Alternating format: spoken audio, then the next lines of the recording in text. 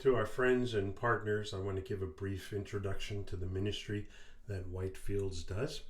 We consider ourselves partners, and we partner with Indigenous national pastors working in their own countries. Alongside missionaries, we're putting more laborers into the field. It's very efficient because a national Indigenous pastor already knows the language. They live within the culture, and so even during periods of civil unrest or in these times of virus restrictions, the pastors are already at home. They are in their places. And so Whitefields Ministry supports the pastors to start new churches. In the process, we come alongside with whole community transformation by bringing both educational opportunities and work opportunities for micro businesses so that new believers can become workers and producers, and then they begin to be the supporters of their own churches. We go to the rural regions, the farthest outreaches where there are no Christian witnesses. This bridge marks for us a place on the other side in Kunungu in the southwest region of Uganda near the Rwandan and Congo border, a place where people are living that have no Christian witness whatsoever. Our team has begun to make a surge into this region, doing evangelism, and people are beginning to come to faith in Jesus Christ. Very near this bridge is the last church that we just started here in this year, 2020. This is one of their first gatherings after the COVID restrictions were released. They've got many people that have come to faith in this place. They don't have a building yet, but through a generous donation that just came last week, we're going to help them replace these wood poles and tarp with a solid posts of concrete and some wood roofing. That's what we do. We partner with the locals and help them achieve what they would be unable to do on their own.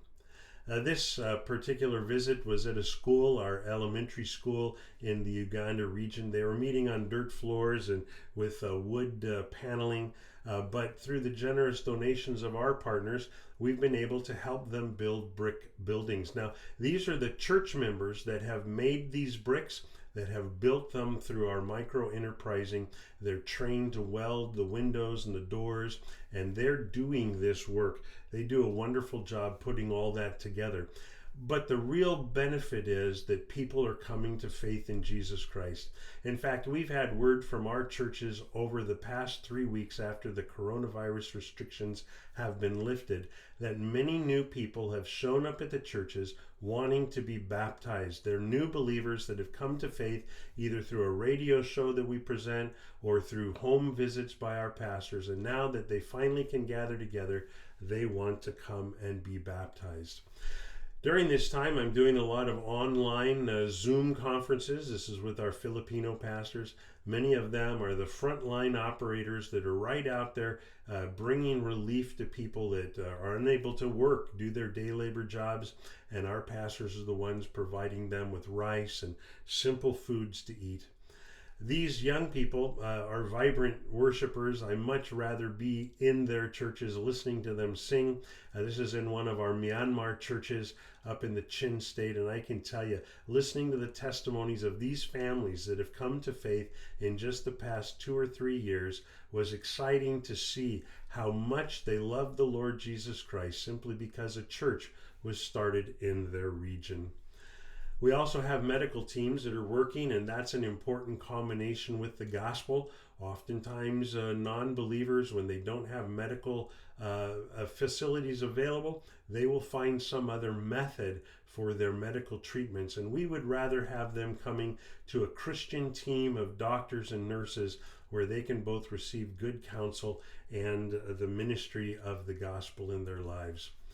We do all of this through opportunities with our churches and with individuals that support. We provide both the support for the pastor and then the support coming alongside, helping people begin to serve and sustain themselves. You can find out more information about us at our website, whitefields.org.